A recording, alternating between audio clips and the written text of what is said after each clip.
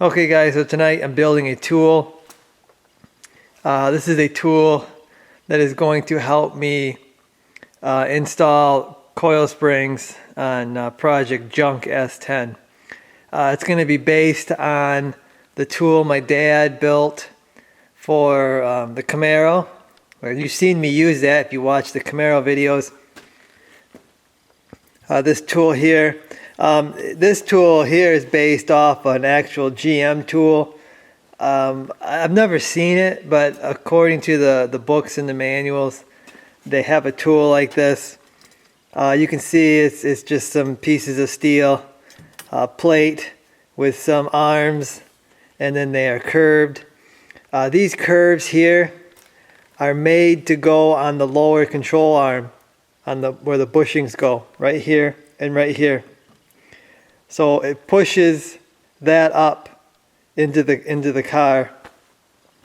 The install of the spring is so much easier with this tool. I can swap out a spring in Dad's Camaro in probably 15 minutes with this tool. Without it, it can be a real struggle to get springs back into these control arms. So instead of struggle like I did the other side, it was a real struggle to get the spring back in there. I'm going to take a little bit of time. I'm going to make a tool that will fit this. Now you'd think I'd be able to use this one because it is a GM car. It's just a little too wide to fit on there. Pretty disappointed. I mean, I could cut this up and narrow it up and it could work probably for the Camaro and the S10. I think Dad might have built it a little too wide, but we didn't have no specs. He just went off, I think maybe there was a picture in one of the books or something, and he built it that way. So he probably didn't know the exact dimensions it needed to be. It needs to be a little bit narrower than this. So I've got some pieces of steel laid out here. I'm going to make one exactly like this. I'm going to narrow it up. There's two holes in the back side that bolts to our transmission jack. I'll show you how this thing works once I get it done. But I got some steel here for the brace. They got the plate already made. I got to drill two holes in this to bolt it down to our transmission jack.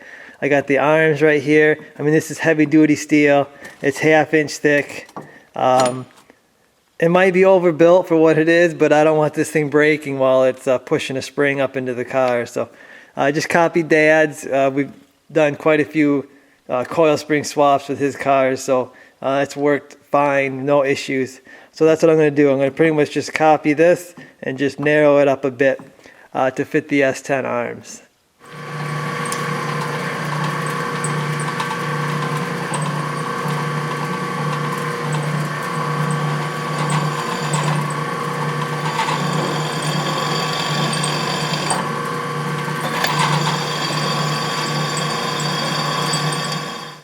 Okay, so I got to cut this curve in this piece of steel. Like I said, it's a 1/2 inch thick, really thick.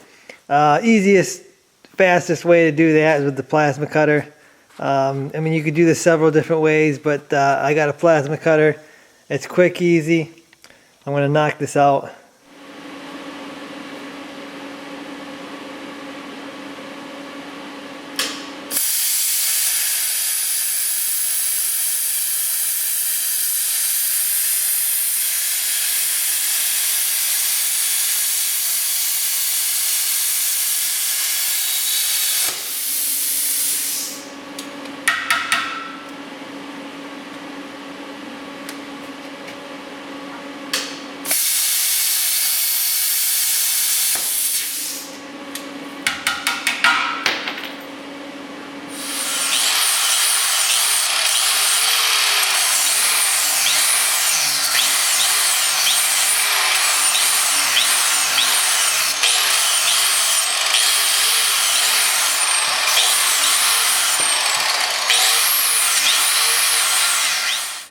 So there it is, some grinding to kind of shape that a little better.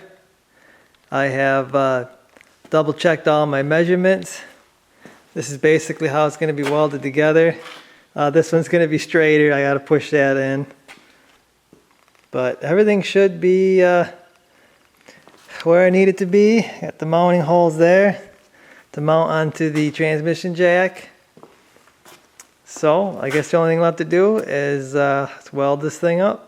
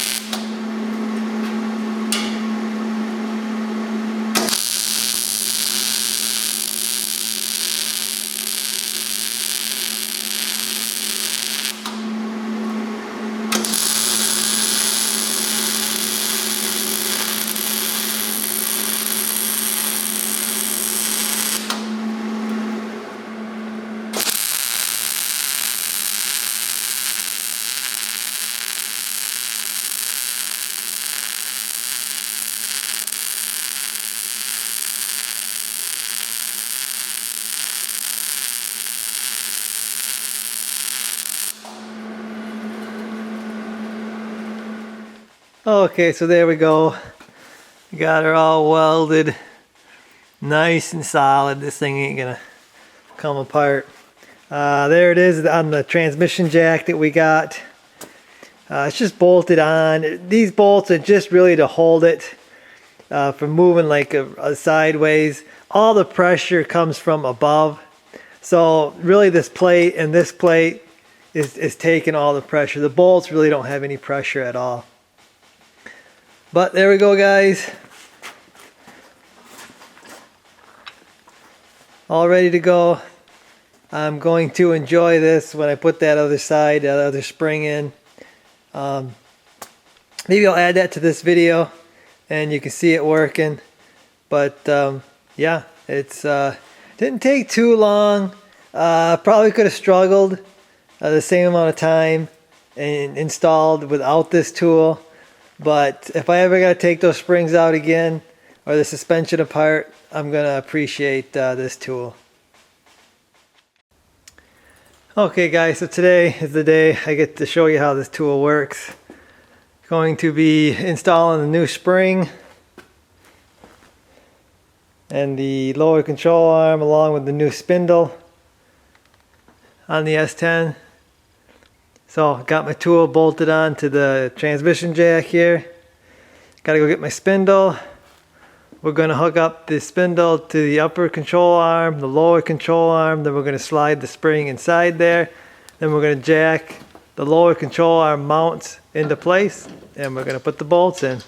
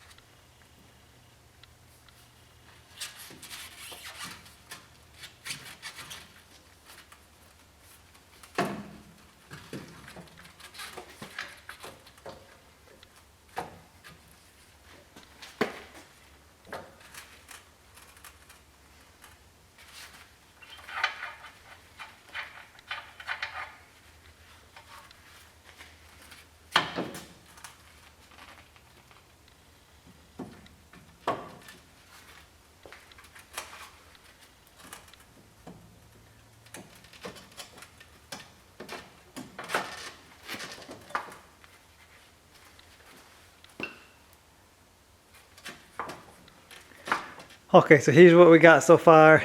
Got the ball joints on the spindles, top and bottom. I've got my spring in there. I've got it on the spot where it needs to be in the lower control arm. I've got it jacked up into the spot it needs to be in the frame there. So got my tool set up here. You can see it's pushing on where it's gonna mount up there. So all I gotta do now is jack it up so that I can get the bolts in there and we'll be done with this job.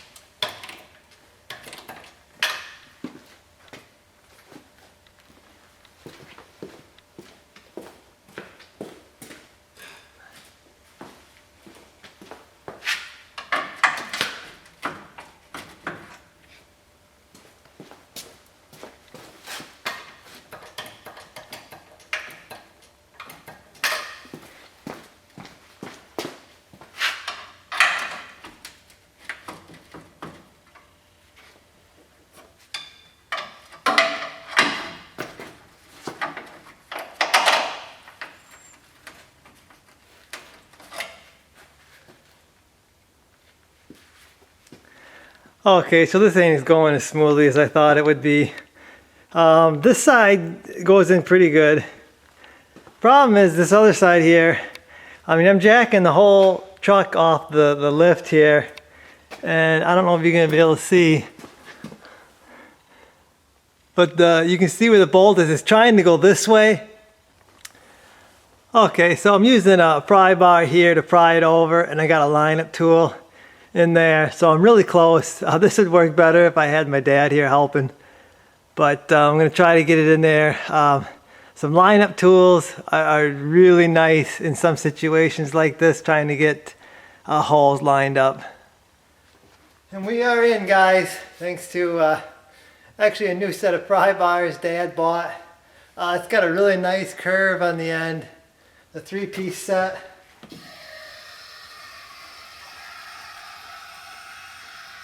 And some lineup tools. Don't forget the lineup tools.